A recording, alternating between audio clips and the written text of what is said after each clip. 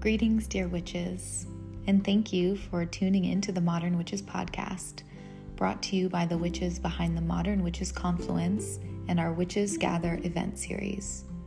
I am your host and Modern Witches creatrix, Casey Zabala, and I am here to offer this space to commune with the many multifaceted currents of witchcraft at work in our world.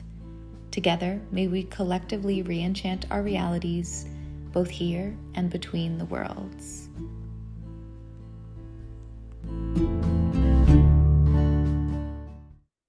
Welcome to the Modern Witches podcast.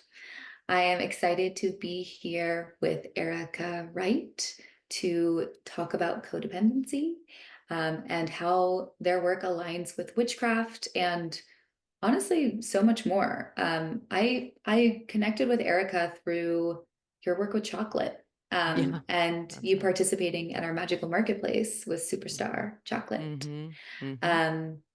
So yeah, I'm really excited to have you here and to weave you into this conversation about the many multifaceted ways of the witch operating in modern society. So thank you for being here. Such an honor. I'd love it if you could introduce yourself for our listeners. Absolutely, I can. I'm very happy to be here with you. I love your work in the world and Thank you. yeah, just magnificent. My name is Erika Wright. I am a self-appointed codependency counselor.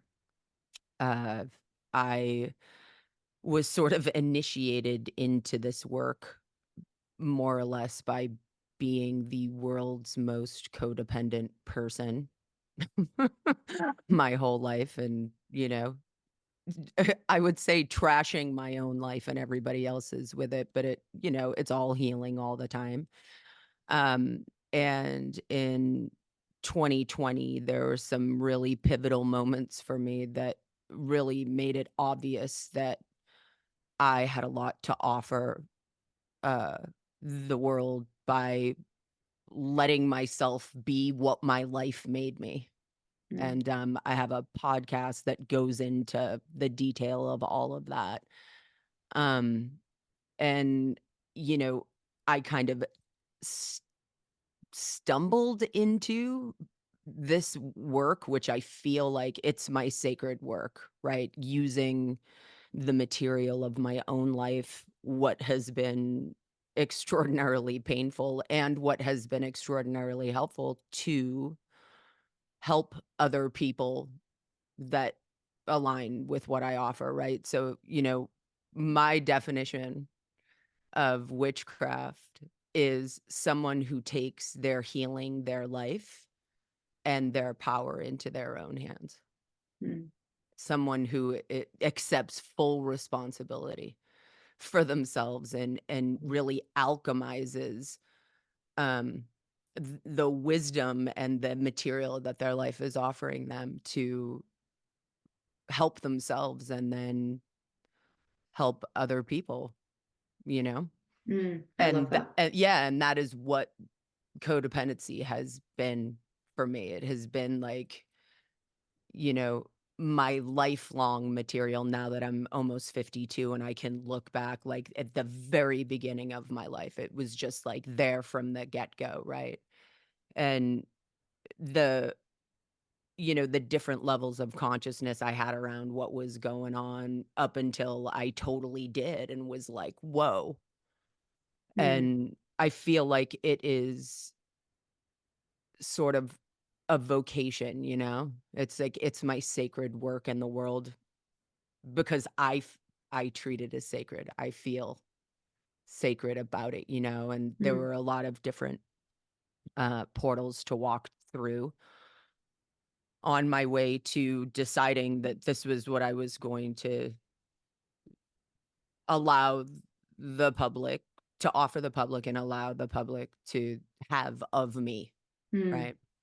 And it's Yeah. funny that you mentioned the chocolate company because it's like I was also trying to do that for a long time and only recently was like, oh, it's time to let that go and fully be this thing that I am. Amazing. Yeah, Yeah. it's not easy to do that No. process of, weeding out and refocusing. Yeah. But there's so many avenues for us to go. And I'd love it if we could like open up codependency for our Yeah. listeners and for ourselves in this conversation, because I feel like it shows up in so many different ways. And I do think we participate in it on like a Yes. cultural level. Oh, So yes. Yes. um I have a whole thing about it. yeah. Tell us what maybe when was the moment when you realized like, oh, I am struggling with codependency. Oh my God. I'm sure there are like many, but Yeah, for sure. So first, the thing I like to sort of come straight out the gate saying is like, as we grow and change as people, the thing that I'm really present to is we grow out of definitions of words, right? So if you Google the actual definition of codependency, it's pretty much rooted in addiction, right? It's like that's how whoever coined it and however that it's like, okay, and it is that's the first definition. And how I have experienced over the arc of my lifetime is basically a more broad, simple, and specific definition that I have, which is the manipulation and control over somebody else's feeling states and the manipulation and control over your own feeling states. And in my lived experience, what it seems like to me is codependency is a byproduct of religious programming, misogyny, patriarchy, colonialism, settlerism, capitalism, right? It's like the mhm, epigenetics of it, right? So like generational. And I think we're at this really great place in the history of the United States of America, which is what I'll talk about because I don't live anywhere else. So I don't really know mhm, what that's like. Where we have, I want to say here, especially for female bodied people, okay? Where we only now have the privilege of looking at our relationships and being able to discern whether or not we want them or we like them. Okay. A short 80 years ago, women were property.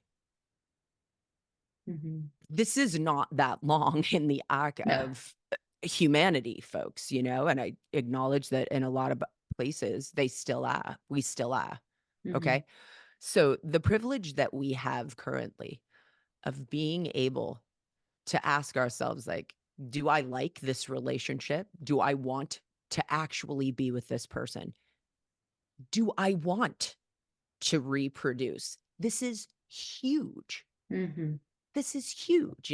It's like I was born in 1972. I think female contraception as a whole, 71, And I like, mean, yeah, this when could women have bank accounts? here's what I do know, that they could not get a credit card without the signature of a man until Right. 1974. Wild. Okay. Mhm. They could be fired from a job for being pregnant till like 68. Check it out. Yeah, You get my drift. totally. Right.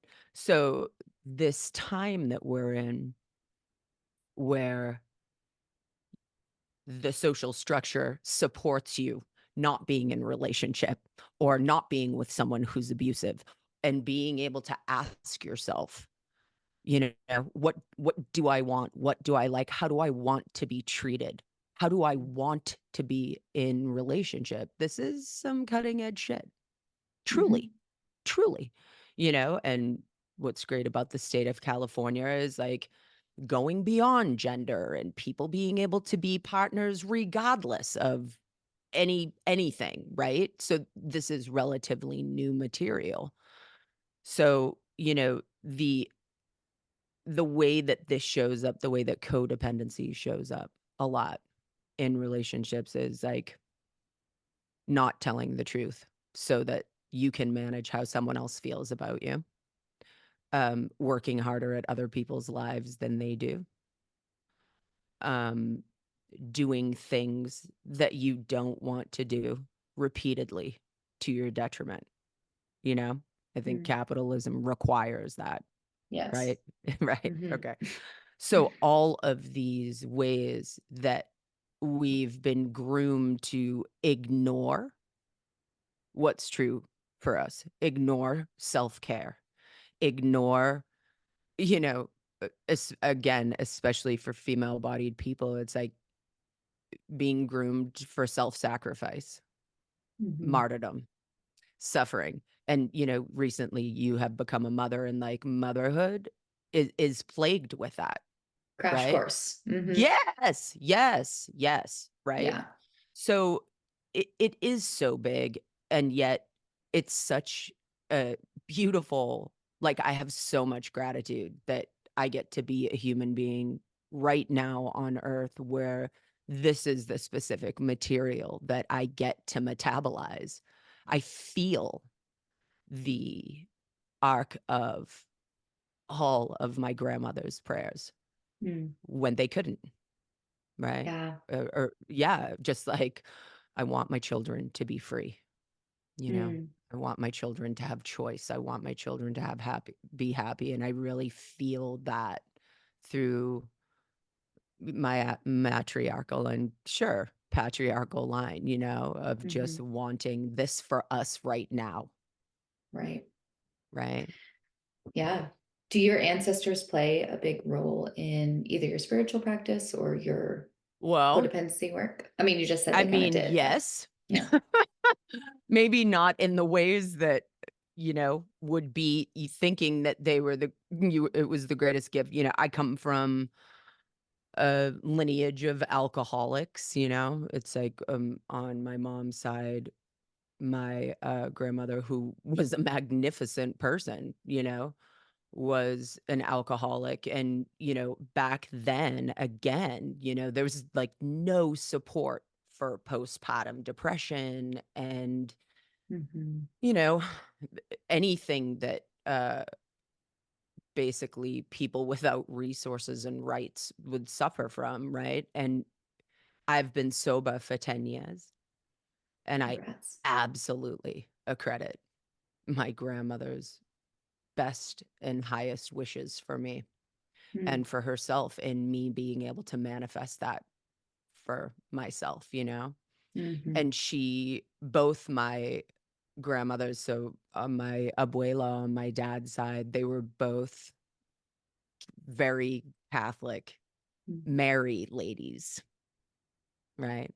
Hmm. Which, when I was young and growing up Catholic, I would just be, it's like I couldn't roll my eyes hard enough and run in the opposite direction. But really, what I've been able to grow into with that is the aspect of my spiritual path in honoring creation, and honoring the aspect of my creator and nature that is the giver of life. I think it goes beyond gender too, Mm. to, the soft love. And I've really had a long time to comb all the Catholicism out of it and get to that, you know, all of the prayers that our grandmothers have made Right. for us. So they really gave me that gift, and we're Hmm. totally plagued with all the codependency parts of Catholicism,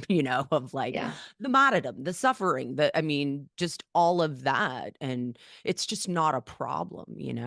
Hmm. It's like I really feel the tsunami of their blessings that, like, of obviously, of course, here I am doing this work Right. happily, Yeah. right? The The root trajectory. of it being love, right? That Yes. intention. That's right. That's right. And so this is great that you just mentioned this, because codependency is a defended, non-vulnerable, controlling form of love. Mm. That's Wow. the whole deal for me, right? So the way that I see it is everybody's innocent. Everybody's innocent, okay? All of the conditioning and the grooming and everything, that's everybody's innocent. And I see in my own familial line, despite the inability to behave or despite the lack of skill, despite the, resources that everybody all is trying to give and receive the love. So non-codependency would be a practice of undefended truth and vulnerability. Mm. Okay. So that more love can flow. The only reason that I would suggest anybody participate in unraveling from codependency is so that you can give and receive more love. Mm. Always to yourself first and foremost, because it is that reclamation of like, I'm willing to believe that my self-care and my well-being is an important part of my life. Mm-hmm. Because for a lot of folks in codependency, it's everybody first and you last, right? Mm-hmm. So this like realigning with, instead of it being so polarized and so extreme, which is very much what our world is offering us right now, Right. it's both and. I get to tell the truth and be well, and I'm mindful that I have an impact on you. And both of those things get to exist at the same time. Totally. Yeah, it's so interesting to be holding those two things during like the messiness of a healing process, That's right. or even looking at the collective, like the messiness of this, um, I don't know, the tower moment that we're Yes. in, Yes. where we have to like destroy Yes. those foundations that are rooted in misogyny and patriarchy and That's right. racism, white supremacy. Mhm. And like in the midst of that being a mess and figuring that out, Mm. and also holding space for the love and what we're That's trying to right. develop. That's tricky Yeah. stuff. Yeah, I also think what, so for me, I think witchcraft is also somehow always infinitely related to the unknown. Hmm. Okay. And that practice of being in the unknown in a good way. Okay. Yeah. Right. It's like having that relationship with, I don't know what's going to happen, and I'm willing to be present. Hmm. Right. In that mystical rearrangement and within the realms of chaos. Right. And the rootedness in, I believe in everything that I cannot see that wishes me well, that I know nothing about. I Hmm. believe that, you know, despite my ability or my actual ability to feel and see everything that wishes me well, that there is a power greater than me that I'm in service to. Hmm. Uh, Love, great. Goodness, great. Light, great. Call it, call it Hmm. what you want. But Yeah. yeah, I really feel that that is happening as well. Hmm.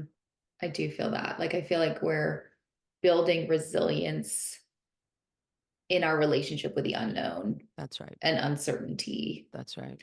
Um, Well, but and I'm all the, curious. Yeah. sorry, I Okay. was just going to say, all the dismantling Mhm. that we desperately want to see outside of ourselves is an inside job in addition to it being an outside job, right? So it's like, if I am ready for the dismantling of misogyny, I need to dismantle it within my relationship to myself, my thoughts, my behavior, my ideas, the same, which is why the non-codependency practice makes so much sense to me.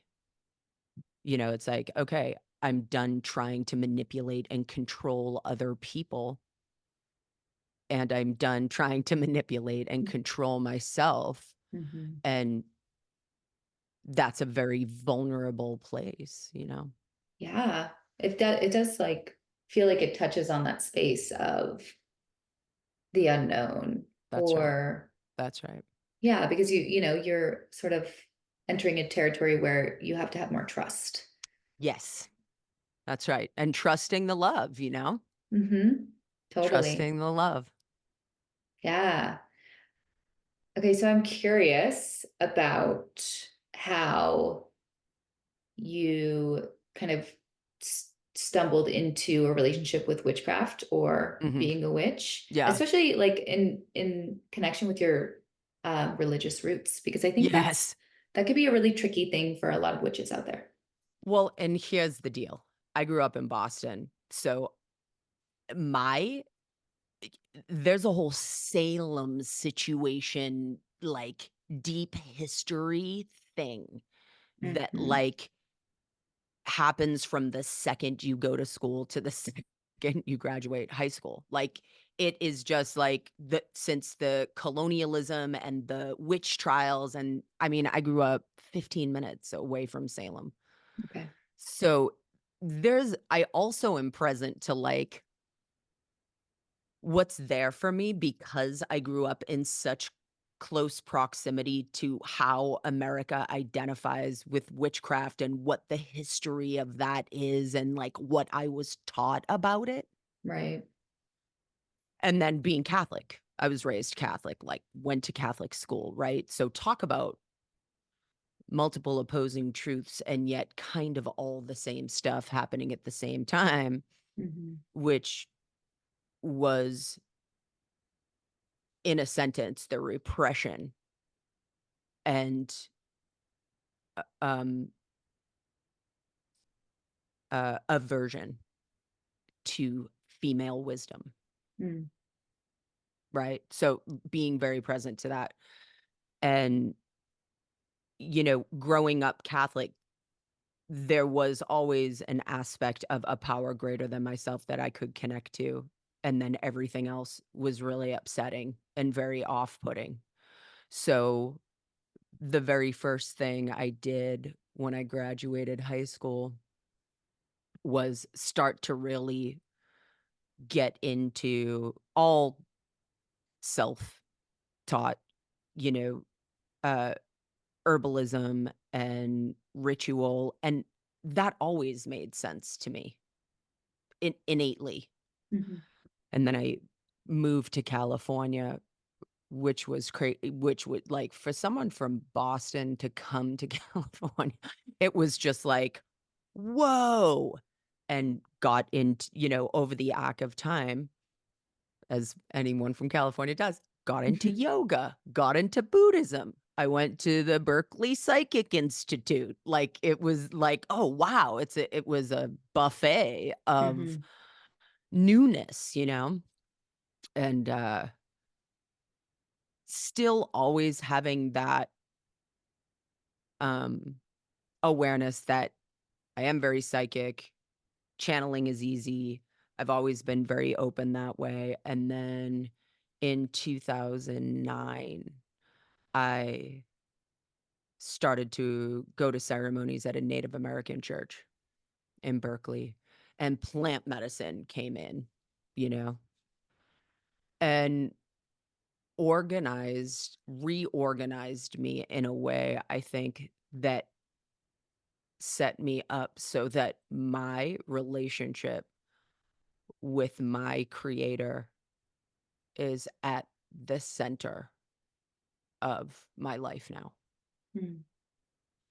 and that being for sure my awareness and love for nature, for the environment. It's like all the plants have sort of amplified what was already there, and a big thing that praying with plants has offered me is the reclamation of the word prayer, which I never would have said.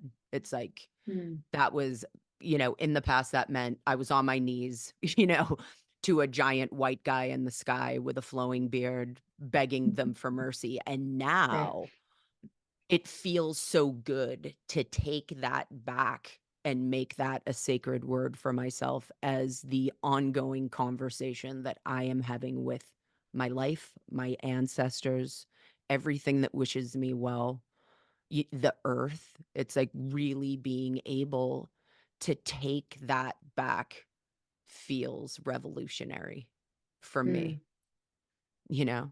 I feel that. Yeah. Yeah. I was raised Catholic too, so I'm just It's like a whole resonating with a thing. I lot you're mean, saying. talk It's a about whole a thing. cult. Yeah. It's a big popular cult. It is. Has a lot of Yeah. energy. Has a lot of energy around it. Yeah. You know? Um, yeah, but thank you for sharing that. It's really beautiful to kind of be able to take the word prayer, which also took me a long time to reconnect with and feel Yeah. okay using, Yeah. Yeah. um, because it is such a beautiful, elemental, fundamental practice that human beings have been practicing since we could speak and vocalize a That's right. relationship to spirit. That's Um, so it is such like a elemental tool for all witches, all spiritual that's right. beings. Yeah. Um, and I was listening or I was reading something recently that was sort of struck me about prayer specifically and how humans have sort of forgot that when we are praying, the world is listening, or That's creator right. is listening, spirit is listening. That's right. Like there's a lack of trust in that Yeah. form of connection, Yeah. um, that I hope we are all, or we can be involved in like reclaiming that trust. Because I think that's where the power of the spell, of the intention, Yes. of it comes through. Well, and I think this is where the transparency is helpful, right? Is like Mm, just say the thing because then someone else can hear it. And, you know, if it's like if that identifies as true for them or, you know, so much of my life, it's like someone has said something and I've been like, whoa, oh, it can be like that? Or I've seen, you know, it's like I've seen someone's life and been like, "What? What's that? I want that. What is that? I yeah. don't even know what that is, but I want it." Right? Yes. Yeah, of just being able to let people see you so that, Hmm. you know, the folks who, you know, are for you and or you have something to offer them can take it. Totally. Yeah. Yeah. I'm curious, sort of, as you're doing this work. Um, I don't know. I kind of want to ask a question, but I feel uncertain how to word it because I was thinking so much about what you were saying about our conditioning and the work that you do with codependency. And I'm wondering if you are working with anyone who identifies as like cis male, and like if you see that community of people doing Mhm. any codependency work, or like how you see that piece shifting. Yeah. Well, The people here's that what I'll uphold the say. patriarchy, I guess, is what Yeah. I'm trying to Yeah, yeah, say. yeah. That's a you put some really great words together for that. Thanks Thanks. for trying. Yeah, there's a lot of things that could be said. Uh, so it's funny, potentially not surprising that the Hmm. cis het male are the smallest percentage of the folks who are coming to see me Hmm. for help. Um, and that being said, you know, it's like my primary non-codependency practice is with my husband, who is a cis het male who has he's actually a therapist and he works with a lot of men Hmm. trying to help them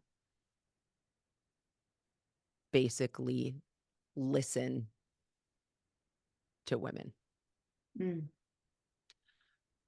And what happens to them when they do that. And here is what I will say is that the dudes that do come and do the work with me are magnificently brave and into it, you Mm. know? And the other thing that I want to say that I see a lot is the ripple of the impact of someone coming to work with me. Okay, so since we've put it in this container, let's just move forward with it. A lot of women come to see me and they are either in relationships that they are unhappy in, or they've just gotten out of relationships that they're unhappy in, or they don't even know, right? It's like they don't Mhm. even know. So the ripple effect of a cishet woman, which, I am, unraveling from codependency, the dude gets the healing whether he likes it or not, Mm. which is so powerful. Yeah. Just like bringing it back to the initial thing that we were talking about, which was like, this is brand new. It's like women have not had this freedom before.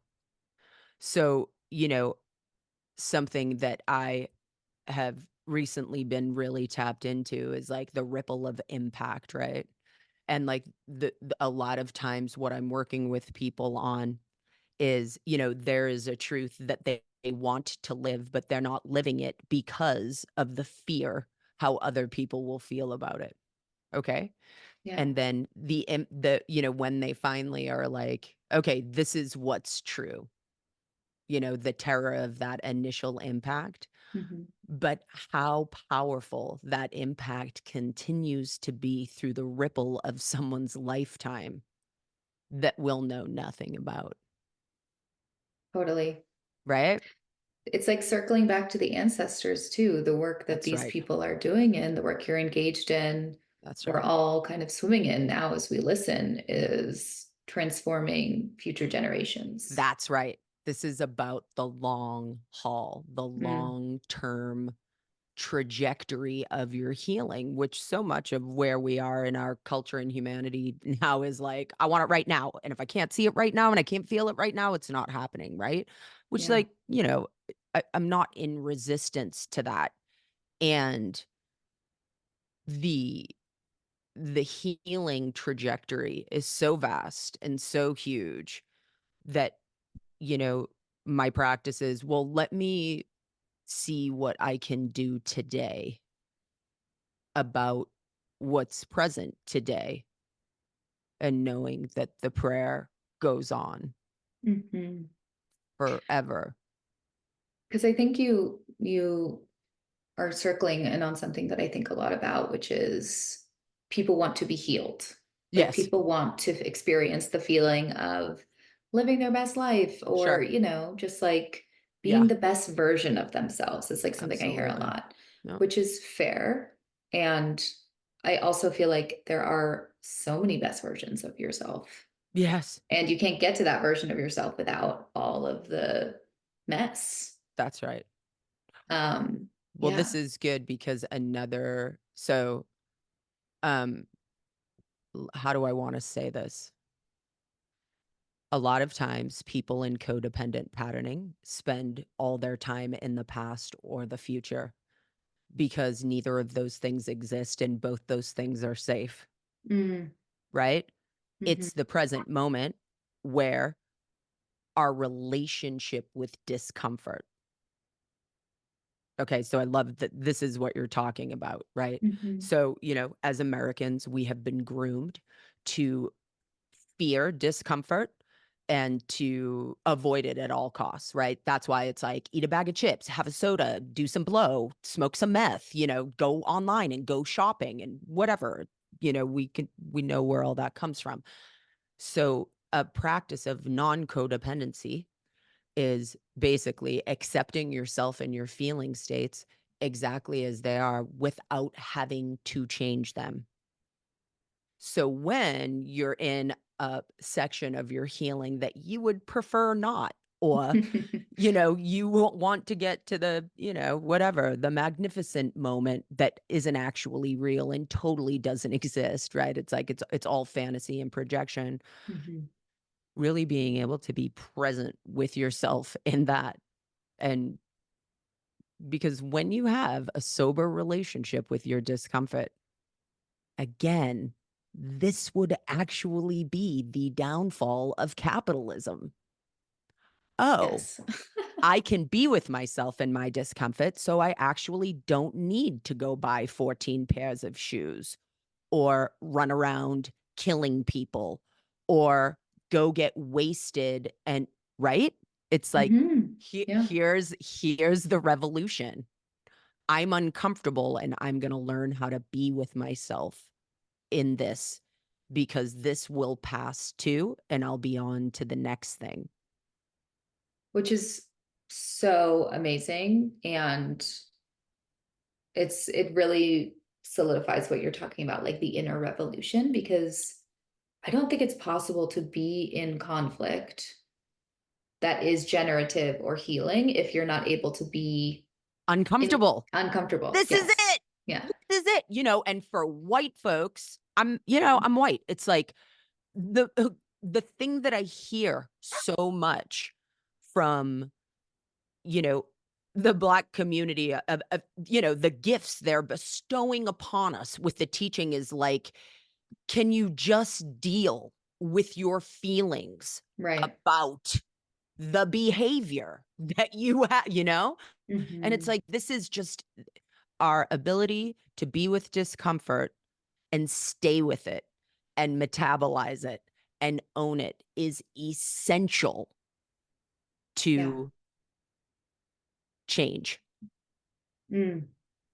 So real. And the ownership piece is extremely real too. And Yes. something obviously like Yeah. I just want to name that like these are things that I struggle with all the goddamn Same. time. Same. Right. Um yeah. And it's just So like, So a yeah. lot of a path of non-codependency is you let yourself have your feelings in real time and you can decide if you want, it's very helpful, that your feelings aren't an emergency.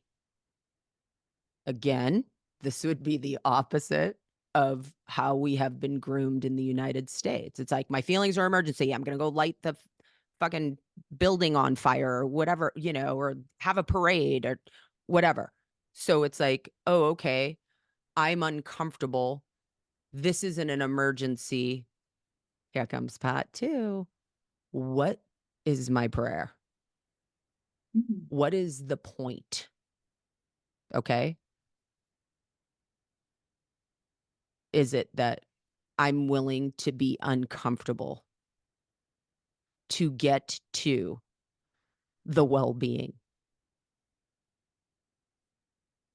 Yeah. you know? But some folks I yes, love some that. folks no. Yeah. Right. But that's a beautiful offering. And I think, you know, the step one of like this is not an emergency is such a great framing. I think especially for white folks who are navigating like unlearning their own white Yes, supremacy. that's right. Think I witnessed in myself and people around me in my community this urgency Yes. to do something That's to right. fix Fix it. it. Yep. Let's bypass the feeling so that we can hurry up and get comfortable again. Mm-hmm. Okay. And there's a million ways that you do that.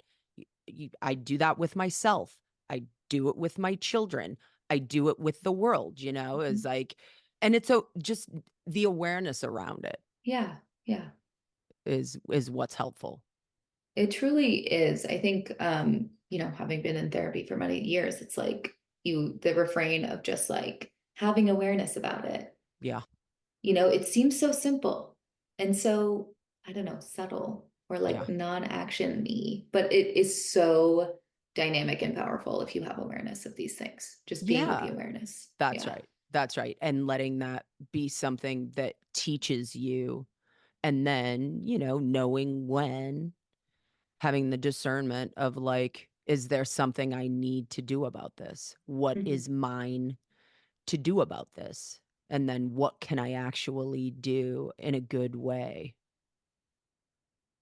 for myself and anyone involved, right? So Hmm. I think it also for me, it requires a willingness and God knows I have not aced this in any way and I think I'd be working on it for the rest of my lifetime. But the willingness to just slow down a little bit and be less in reaction mode, Hmm. right? And again, we don't really live in a culture that would tell you that slowing down is a good idea, Mm-mm. Mm-mm. right? And what a revolutionary thing to do. Truly. So I'm curious, as you like survey the scene, maybe in your own life and the collective, what are you feeling most like revitalized by or excited by? Well, my husband has this saying, and I always get the number wrong, but I'm gonna say it, and I kind of keep it at it's my North Star, you know? And he'll say something like, baby, there's 7 billion people on the planet, you know, whatever the number is. Hmm. And 99.99% of them are really loving. Mm, And every day they're doing their human being deal, you know? right. And I, the thing that I feel most true is like the reality is I spend all day with people who want more love. They want to give more love. They want to be better in relationships. They want to be helpful in a good sustainable way. I mean, this is like what my work is people coming and basically being like, "Okay, how can I align myself with more light and more love?" Hmm. That's what I spend all day doing.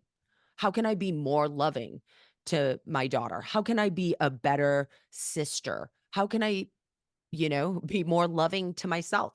That's Hmm. all my work. That's all I do, And it's like, Hmm. yes, I am absolutely aware of the travesties and the terror and and I also like, I live in Sonoma County. So it's like there's Trump flags everywhere. There's a couple Confederate flags where it's like, wait, what? What Hmm. is this? What's going on? And again, I it's all happening. And what I'm interested in and what I want to nourish and help flourish is people being loving. Mm. And that's what I do all day. Amazing. And I think it's really refreshing to like have this conversation with you and be talking about centering around love in this way of like not denying the shadow material, That's right. you know? Yeah, it's really walking through your life being able to hold multiple opposing truths Hmm. all I mean, this dimension. It's a dimension of paradox. It Hmm. just is, Yeah. right? And like not being in resistant to that. And then also it's like the thing that's interesting to me is that what I want to do is I want to magnify and multiply love. Mm. It's like, okay, well then I'm just going to make it my business. So it's all I do all day, right? Because Hmm. what's the law of the universe? Whatever you focus on, you make more of. Mm. Yeah. It's a big spell, big prayer. That's right. Hmm. That's right. I love that. Yeah. Is there anything else that you want to share with our audience at this moment? Well, I do because, like I said, I did my homework with your prompts. Yes. What did I forget to Which ask you? no, you didn't. But there's one that you asked that I really liked, which is what's the suggested ritual or Yes, embodied practice to share? And please. I really feel like this is the essence of everything that I do and everything that I want for people. And it is the one of the most transformative things that is a regular part of my life that I want to offer everybody. And it is tell the truth about yourself Mm. all the time. Your whole life will change if you just tell the truth, and all the small mini truths. Like, I don't want to do that.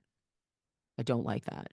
Or like, I do want to do that, right? It's like, it's not these big monumental like confessions. It's just the truth all the time. It is telling the truth all the time is a practice of vulnerability. Mm. And vulnerability and transparency create intimacy. And intimacy is the connection that we're all trying to get, It's real. you know? So Mm. That's, Thank you for that. yeah. Even just like being honest with yourself.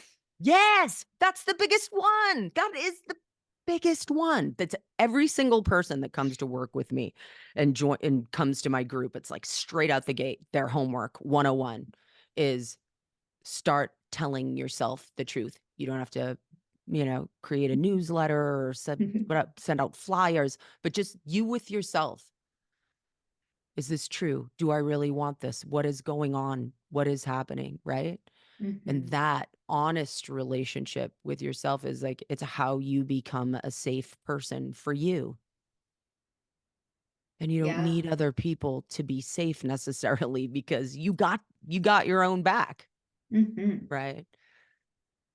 Yeah, that's such good advice, especially I feel like when so much is transforming around us. And I think we're all in this place where we've Yeah. had to shift and shapeshift so much.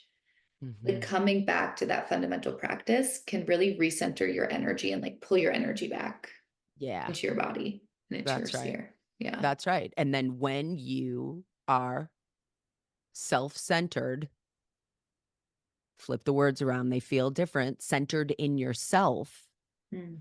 you got something to work with, Mm-hmm. really. Yeah, absolutely.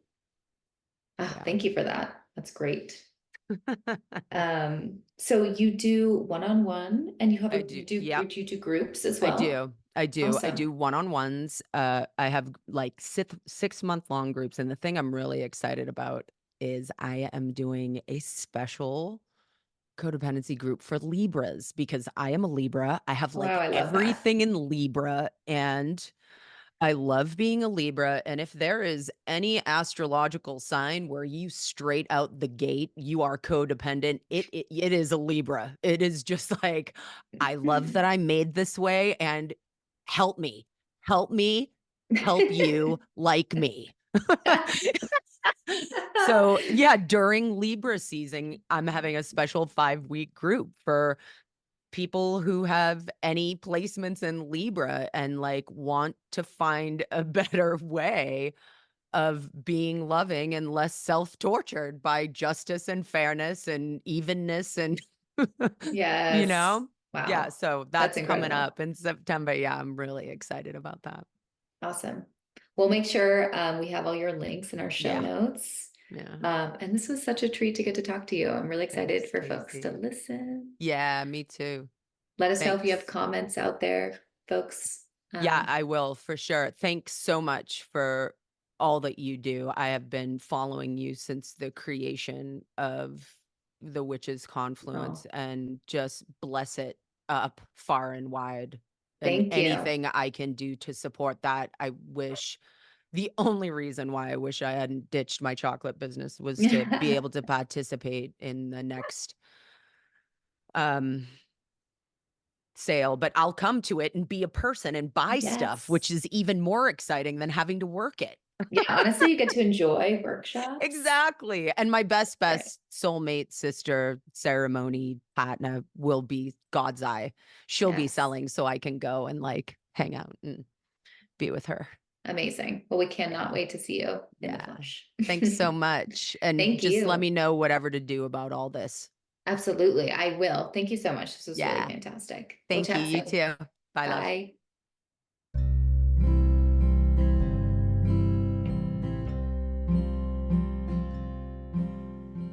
Thank you for tuning in to the Modern Witches podcast. We hope you've been inspired to cultivate your own magic and to craft your own spiritual practices. Let us know what sparked your curiosity by leaving us a comment on this episode or leave us a review. And don't forget to subscribe to the show so that you never miss an episode. Your feedback and engagement truly fills our cups. If you're looking for more ways to gather with your fellow witches, please support our work on Patreon. Learn more at modernwitches.org. Blessed be.